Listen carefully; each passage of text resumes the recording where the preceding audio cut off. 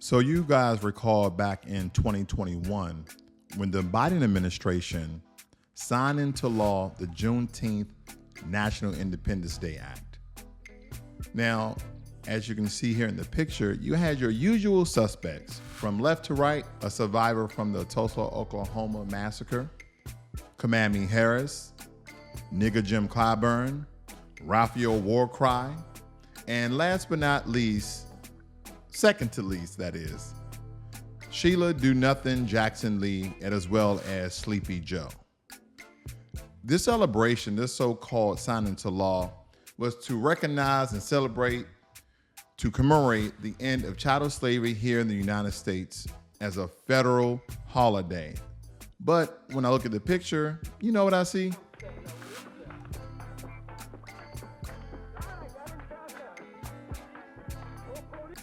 Absolutely.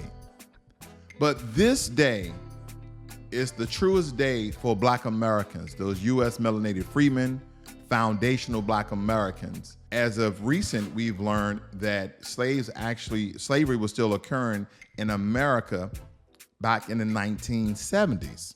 This holiday is now being co-opted by other groups.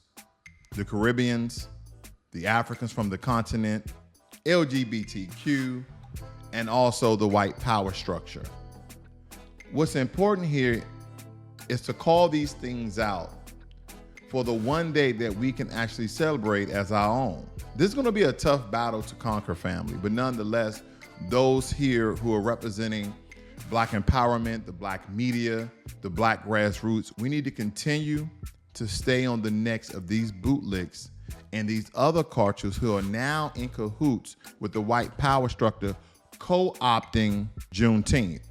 Now, you see no one co-opting the Holocaust survivors holiday. No one is co-opting St. Patrick's Day and other days that commemorate and celebration of other groups. But the one day that we have for the freedom to call ourselves American is being co-opted by all these groups, and it's been led by the white power structure, of course. A lot of you should be familiar with Juneteenth because it's a day that holds deep significance for Black Americans. It has become the latest victim of cultural appropriation and distortion. What was once a sacred commemoration of emancipation and celebration of resilience, it has been co-opted and stolen, not just by people from the Caribbean, not just by people but the continent of Africa and those white communities, but as well LGBTQ, but by a society that fails to understand the profound wounds inflicted upon generations of Black Americans. This is a gut-wrenching betrayal, not only robs Black Americans of their heritage, but dilutes the true essence of Juneteenth. To comprehend the depth of the pain caused by co-opting of Juneteenth, one must acknowledge its origins, right? Juneteenth dates back to June 19th, 1865, when Union General Gordon Granger arrived in Galveston, Texas to announce the end of slavery 2.5 years after the Emancipation Proclamation was issued. This was a monumentous event marked by a new era for Black Americans, representing a long-awaited realization of their freedom and a step towards equality. See, Juneteenth encapsulates the struggles, the sacrifices, and triumphs of a community of a people that fought relentlessly for liberation. But now it's being co-opted. Now it's being co-opted. So I take you here before we go any further of some words from Frederick Douglass.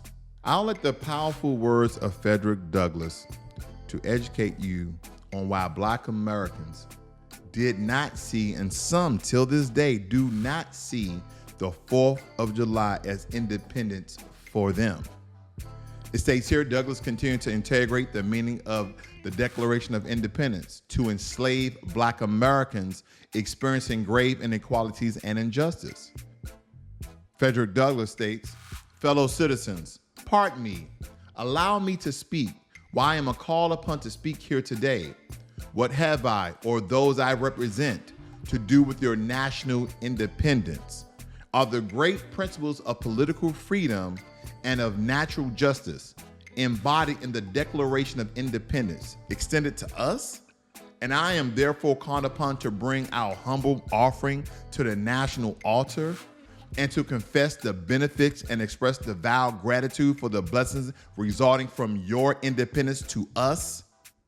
See, during this time, family, we understand what the 4th of July actually represents in white culture, but in black culture, we were still enslaved. We were still in shackles. We still didn't have American freedoms. So he basically was stating, you call me to do a speech on the 4th of July of independence, but yet my people are not free. This is Frederick Douglass. He goes on to state, but such is not the state of the case. I say it with a sad sense of disparity between us. I am not included within the pale of glorious anniversary. Your high independence only reveals the immeasurable distance between us. The blessing in which you this day rejoice are not enjoyed in common, is not enjoyed with me and my people and those who resemble me in this country. The rich inheritance of justice, liberty, prosperity, and independence bequeathed by your fathers is shared by you, not by me. The independence that you are celebrating is not shared by you, it's not shared by me, rather it's shared by you and your people. See, the sunlight that brought light and healing to you has brought strife and death to me, has brought strife and death to me and my people. So this 4th of July is yours, not mine. You may rejoice, I must mourn. These are the words of Frederick Douglass. These are the words that the white power structure in the system of white supremacy does not want you to hear. But now, Juneteenth, the one true federal holiday that actually resembles freedom in America for Black Americans, those who are descendants of enslaved Black Americans in chattel slavery, is now being co-opted by other groups. It is now being co-opted by other groups. Black immigrants push for protections as Juneteenth is honored. Immigration is a Black issue. No, it's not. It's an immigrant issue. It is not a Black issue, because then again, you say that immigrants, or immigration rather, is a Black issue. That means that immigration is a brown issue, and immigration is a yellow issue, or immigration is a Hispanic issue, and immigration is an Asian issue. Immigration is a racial issue. So we have people here in this country complaining about immigration because they don't want to go back to their country. Immigration is a social justice issue. No, it is not. It's an immigrant issue. It's an illegal immigrant issue. As a Black woman, I cannot separate my immigration status away from my Blackness. Absolutely you can. Because you are not a foundational Black American. You are an immigrant from another country where Black people derive from. We have different lineage, we have different culture. Goes on to say, as Black people in America, as Black people in America, no, as Black immigrants in America, we face a lot of same challenges and issues that Black descendants of enslaved people still face in this country. We told the immigrants, we told the Caribbean African immigrants that when they look at you, they don't see that you're Nigerian, Jamaican, Trinidadian, Kenyan. They don't see that. They see that you're Black. But now things are being co-opted and grouped in, and our culture and our holidays and our lineage is being stolen. And people within the Black groups media, those Tariq Nasheed, Jason Black, Professor Black Truth, Torian Rain, Alpha Network Reloaded, these are the people, as well as Ricky Manor, has been calling this out for quite some time now. It states here, as immigrants, we're still disproportionately faced with enforcement, disproportionately faced with detention, with deportation. Absolutely. If you over here illegal, no matter your color, no matter your race, essentially sent back home. Because we understand that 40,000, and this is only one particular group, of Cameroonians living here without legal immigration status, just as well as the Hispanics. without legal. See, they use these words, but it means illegal immigration status. We knew if we sent back to Cameroon, we would be killed. All 40,000?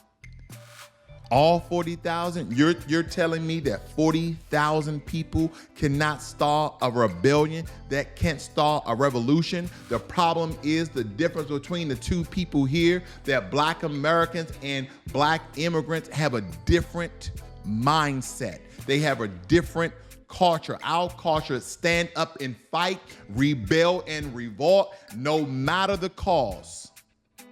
No matter the cause. We understand within a rebellion, we understand within a revolt that some of us will die.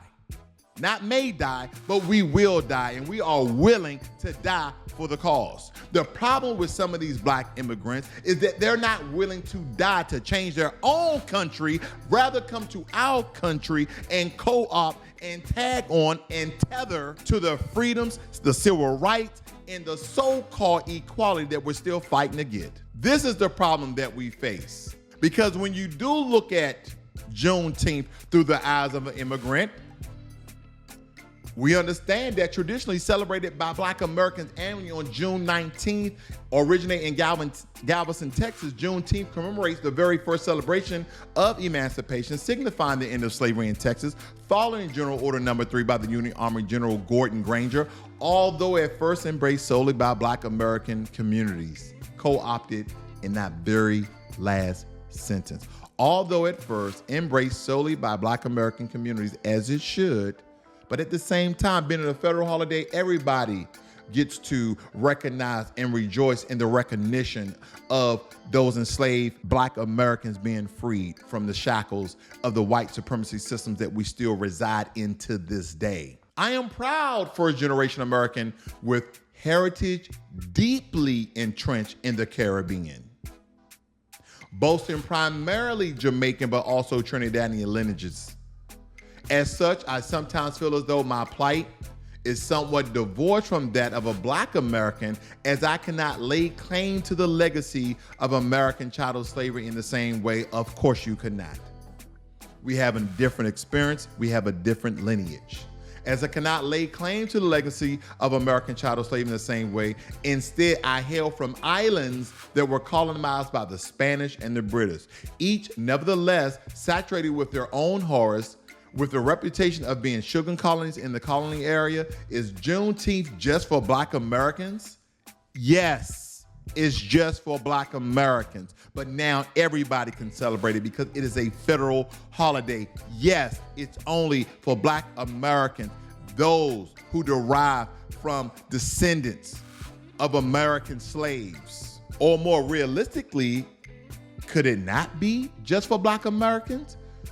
Be traced back to American slaves who picked cotton in the South? Or can other non-American Black diasporic heritage be included as an act of solidarity with regards to the common tragic threads in their history? No, it cannot be. Can we, for one time in Black American culture, really separate and cut the ties with these tether groups that try to co-opt, hang on, attach, connect to some of the celebrations, holidays, and cultural events that are simply and solely for us?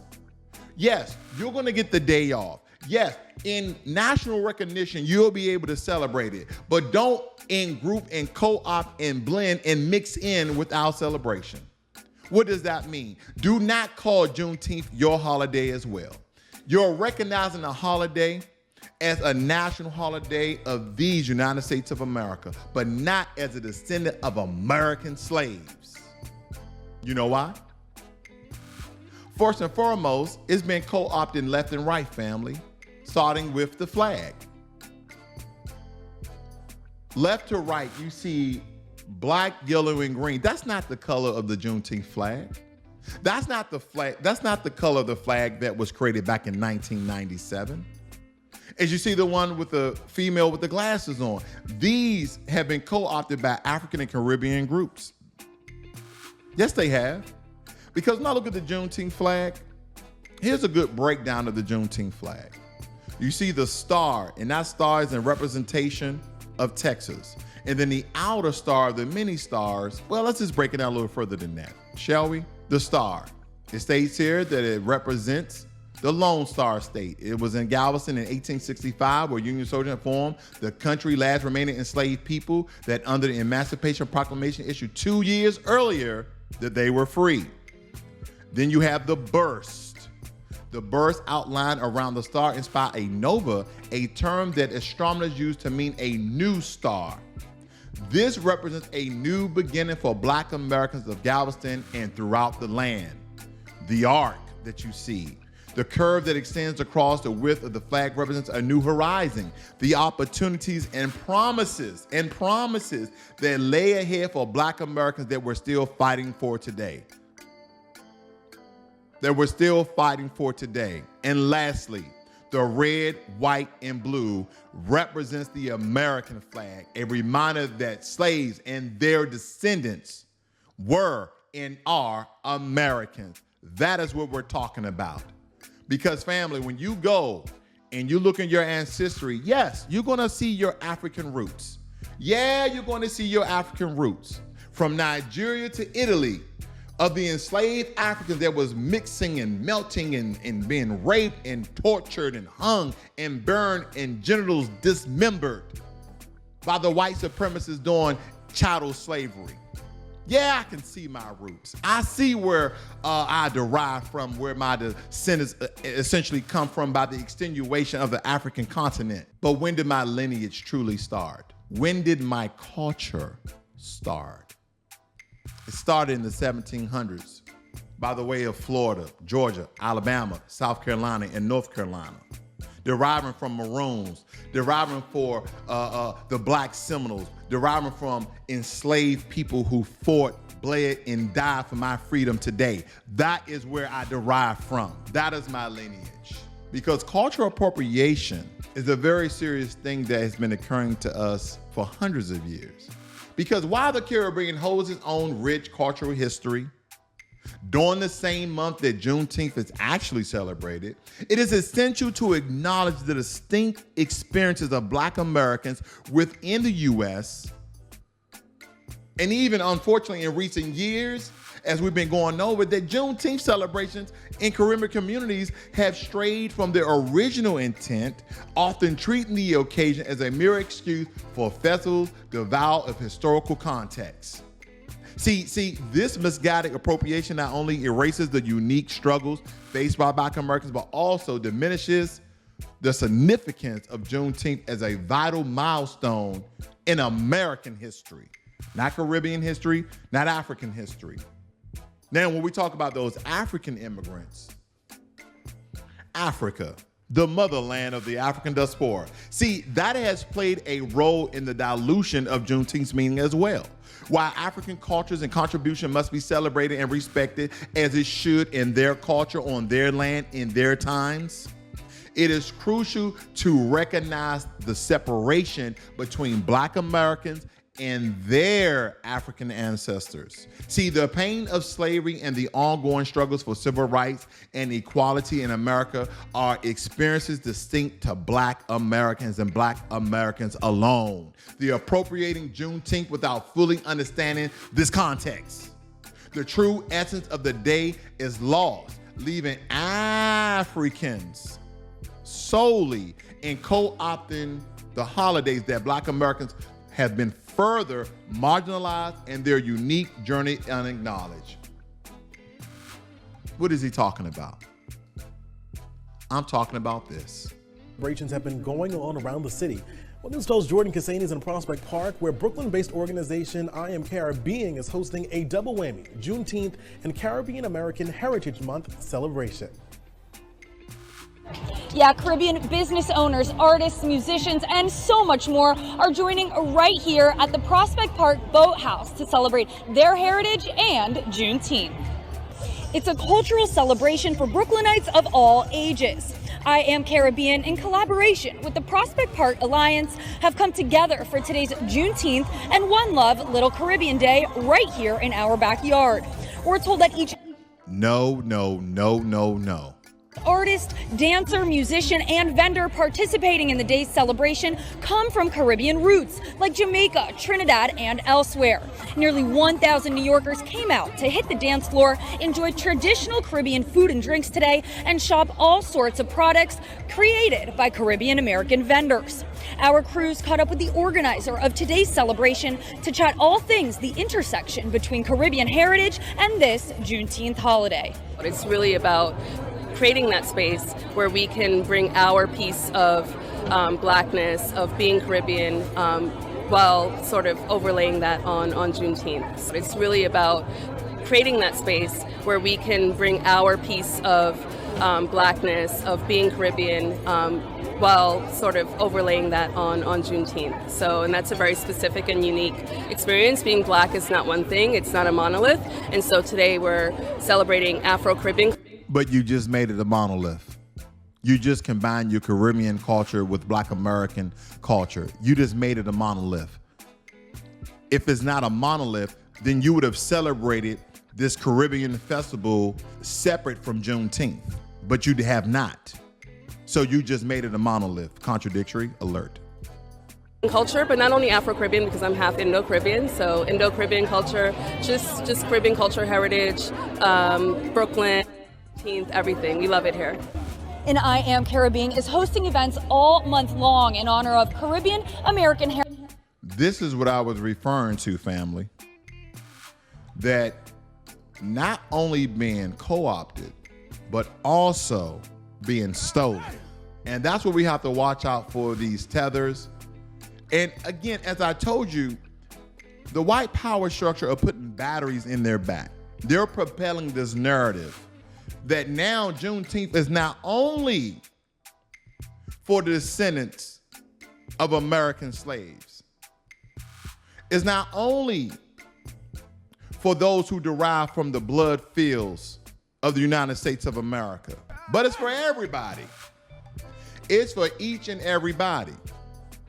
It's for people like her, Miss Juneteenth of Milwaukee. Nothing totally against this young lady here, because we understand that she's been propelled by the white power structure. Some of these things are just hard to really understand, family, but nonetheless, let's just listen in on this.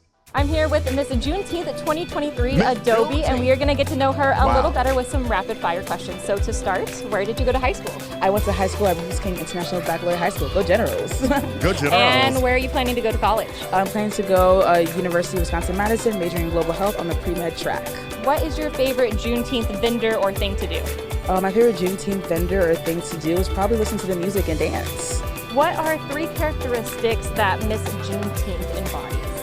Miss Juneteenth embodies the 3 characteristics of driven, kind, and compassionate.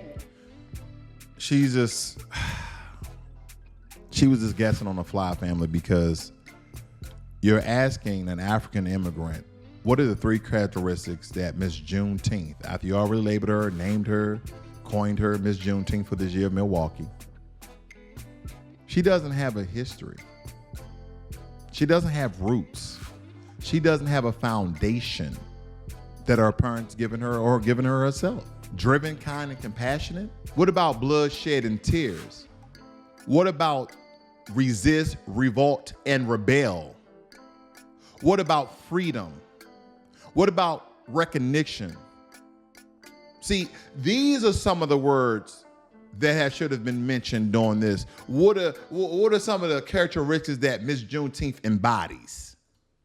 Perfect. And what does Juneteenth mean to you?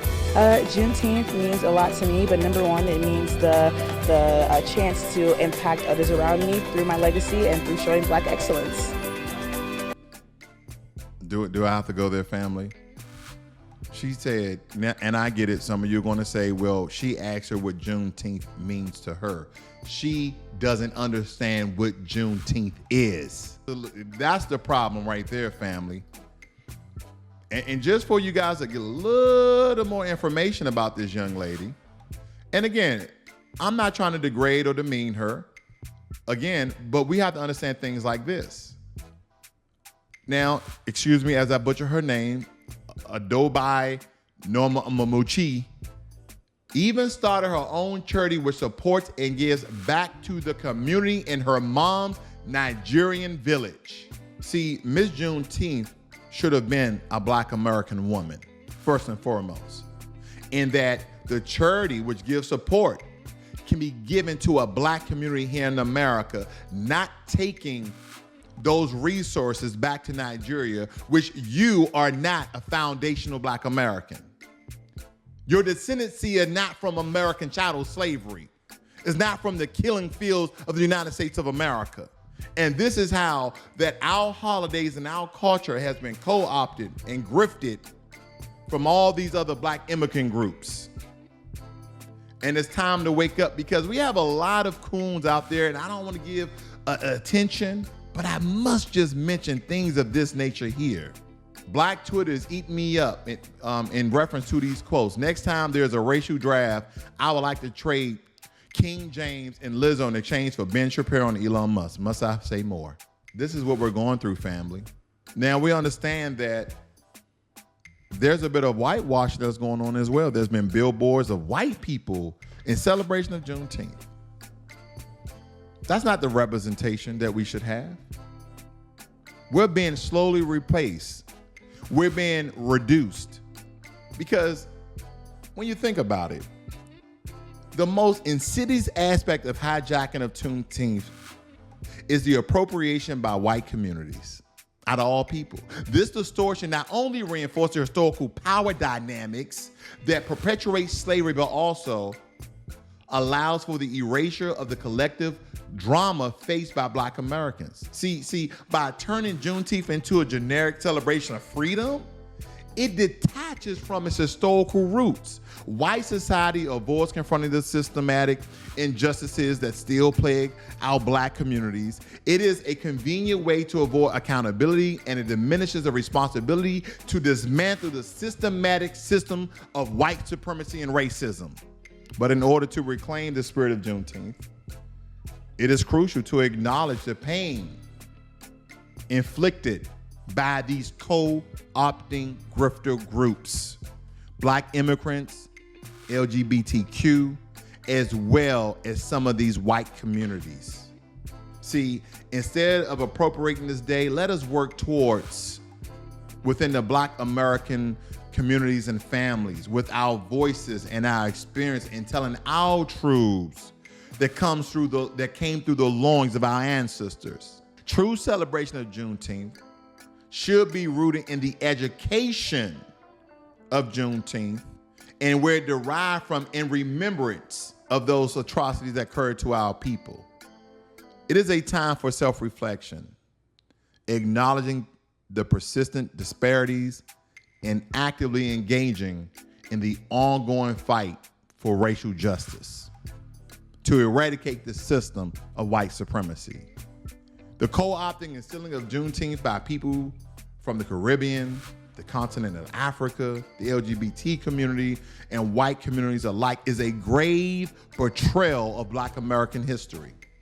And the perpetuation of systematic erasure, it dilutes the profound significance of this day and fails to recognize the distinct struggles faced by Black Americans. Let us honor the heritage of Juneteenth by amplifying Black American voices and advocating for systematic change.